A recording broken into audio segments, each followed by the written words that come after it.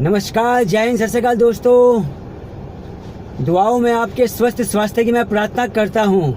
आज की वीडियो में हम बात करेंगे आपकी और मेरे जैसे आम आदमी के बारे में, जो अपने मन में एक वाहन का सपना संजोए रहता है, मगर आर्थिक स्थिति मजबूत ना हो पाने की वजह से हमें एक सेकंड हैंड गाड़ी को परचेज करना पड़ता है और उस सेकंड हैंड गाड़ी में हम अपने मन के अनुसार उसमें मॉडिफिकेशन कराते हैं, उसमें काफ़ी पैसा भी खर्च कर देते हैं और साल 2 साल गाड़ी चलाने के बाद हमें पता लगता है कि यार ये हमारी जो गाड़ी है इसके तो 15 साल कंप्लीट होने वाले हैं। तो फिर हमारे मन में सवाल उठने लगते हैं कि क्या अब मैं इस अपनी गाड़ी को लीगल तरीके से चला भी पाऊंगा या नहीं, क्या इस गाड़ी को मैं आगे सेल भी कर पाऊंगा या नहीं, क्या ये जो गाड़ी है मेरी कबाड़ी होकर तो नहीं रह जाएगी।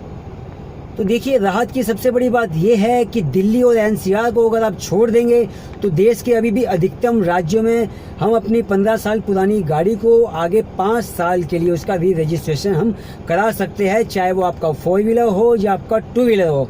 तो देखिए, अभी हाल ही में मैंने भी अपने 15 साल पुराने वाहन का री रजिस्ट्रेशन कराया है। तो इसलिए मैं आज की वीडियो में आपको मैं बताऊंगा कि जब भी आपको अपने 15 साल पुरानी गाड़ी का री रजिस्ट्रेशन कराना है तो आपको किन किन चीज़ों की ज़रूरत पड़ सकती है। तो वीडियो में प्लीज़ आप लास्ट तक बने रहिएगा। तो हाय फ्रेंड्स, मैं हूँ मिंटू, आप इस वक्त है अपने ही यूट्यूब चैनल मिंटू रोडस्टर पर।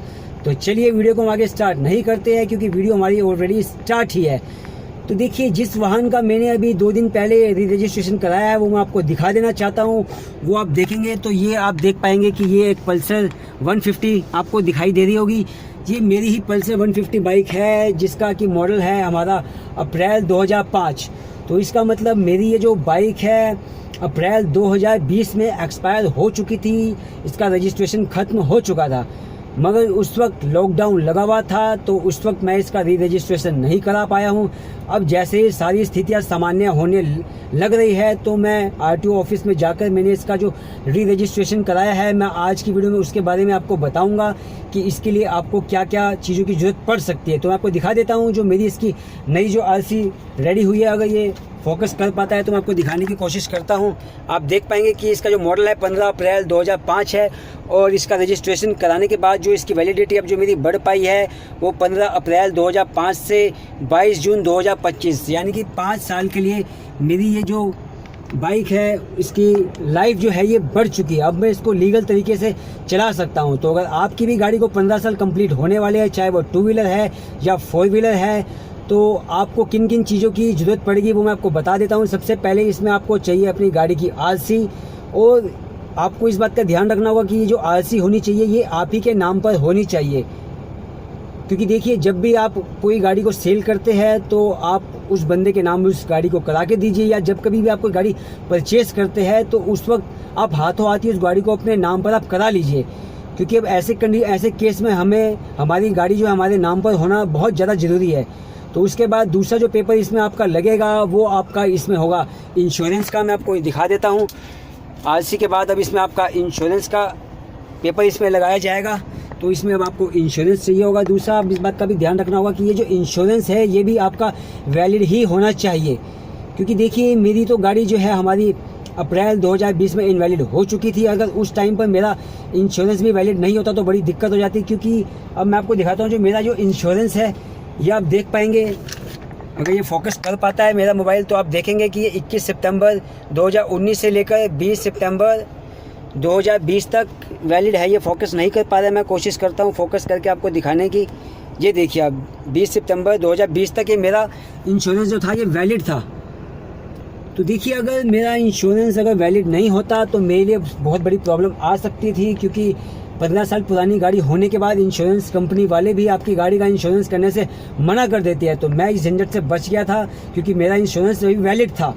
तो इसलिए आप भी चेक कर लीजिएगा, अगर आपका इंश्योरेंस पहले ही ख़त्म होने वाला है तो आप उसको आगे बढ़वा सकते हैं ताकि इस परेशानी से होने वाली इस परेशानी से आप बच सकते हैं। तो तीसरा, इसमें आपका पॉल्यूशन सर्टिफिकेट भी होना बहुत ही ज़्यादा ज़रूरी है, वो भी वैलिड ही होना चाहिए क्योंकि वो भी ऑनलाइन होता है। तो इसको भी आप चेक कर लीजिएगा, उसको भी आप आगे बढ़वा सकते हैं। तो उसके साथ साथ आपकी एक फ़ोटो लगेगी उसमें आपकी। तो ये 3-4 आपके पेपर कंप्लीट होने के बाद आईडी प्रूफ के तौर पर आप अपना आधार कार्ड का फ़ोटोकॉपी भी लेके जा सकते हैं।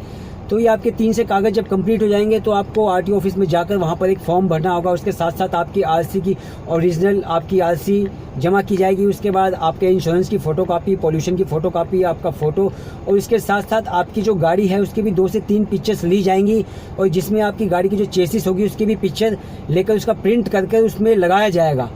तो ये सारी चीज़ें जब आपकी सबमिट हो जाएंगी तो उसके बाद जो वहाँ का जो हमारा आरटीओ का इंस्पेक्शन जो ऑफिसर होता है वो आपकी गाड़ी को चेक करेगा, क्या ये आपकी जो गाड़ी है आगे 5 साल चलने लायक है। अगर ये सारी चीज़ें सही पाई जाएंगी तो फिर आपका फॉर्म वहाँ सबमिट हो जाएगा। उसके बाद जो भी फीस होगी वो आपको देनी पड़ेगी। मैंने तो ये अपना काम किसी ब्रोकर के थ्रू कराया था, तो मेरा तो इस काम में 3000 रुपये का खर्चा आ गया था। अगर आप विदाउट ब्रोकर कराते हैं तो हो सकता है आपका ये खर्चा कम भी आ सकता है। डिपेंड करता है कि आप 4 व्हीलर का करवाते हैं या 2 व्हीलर का करवाते हैं, या आपके स्टेट के ऊपर भी हो सकता है जो भी खर्चा आपका इसमें आ पाएगा। तो उसके बाद जब भी आपके फॉर्म सारे पेपर सबमिट हो जाएंगे उसके बाद आपको 1 से 2 दिन का समय दिया जाएगा। उसके बाद आप 1 से 2 दिन बाद जाकर अपनी इस नई आरसी को ले सकते हैं, जो ये मैंने आपको नई आरसी जो मैंने दिखाई है। तो देखिए, अगर आप एक गाड़ी चलाते हैं तो ये सारे पेपर्स आपको कंप्लीट करने चाहिए। और अगर आपकी गाड़ी को भी 15 साल कंप्लीट होने वाले हैं तो मैं भी आपसे गुजारिश करूंगा कि आप उस गाड़ी का फिटनेस ज़रूर कराइए, उसका री रजिस्ट्रेशन ज़रूर कराइए, क्योंकि जो आपकी गाड़ी जो 5 सीटर से जो ज़्यादा होती है उसका फिटनेस टेस्ट भी कराना पड़ता है, ठीक है ना। तो अगर आपकी इस तरह की गाड़ी है तो उसका री रजिस्ट्रेशन आपका हो जाएगा। तो आपको इन सब बातों का ध्यान रखना है। तो फिर इसके बाद आपका जब गाड़ी का री रजिस्ट्रेशन हो जाएगा तो आप इसे लीगल तरीके से चला सकते हैं, और इसे आप आने वाले टाइम में इसको आप सेल भी कर सकते हैं। तो देखिए कितना बेनिफिट मिल जाता है इससे हमको। तो मैं तो आपसे यही कहूँगा कि अगर आपकी गाड़ी को 15 साल होने वाली है तो आप प्लीज़ उसका री रजिस्ट्रेशन जरूर कराइए और इसकी लाइफ को आप आगे बढ़ा लीजिए, क्योंकि आपको मालूम ही है कि आजकल ट्रैफिक रूल्स बहुत सख्त होते जा रहे हैं। तो हमें भी ट्रैफिक नियमों का पालन करते हुए ही अपने वाहन को, अपने दुपहिया वाहन को या 4 पहिया वाहन को चलाना चाहिए। तो देखिए, आज की वीडियो में इतना ही। अगर आपको आज की वीडियो मेरी पसंद आई हो तो लाइक कीजिएगा, अपने दोस्तों के साथ शेयर कीजिएगा, और प्लीज़ आप इस मेरे चैनल को सब्सक्राइब भी कर सकते हैं ताकि मैं इस प्रकार की वीडियोस आपके लिए लेकर कंटिन्यूसली आता रहूं। तो आज की वीडियो में इतना ही। मिलते हैं फिर किसी अगली वीडियो में। तब तक के लिए हंसते रहिए, मुस्कुराते रहिए, स्वस्थ रहिए। जय महाकाल।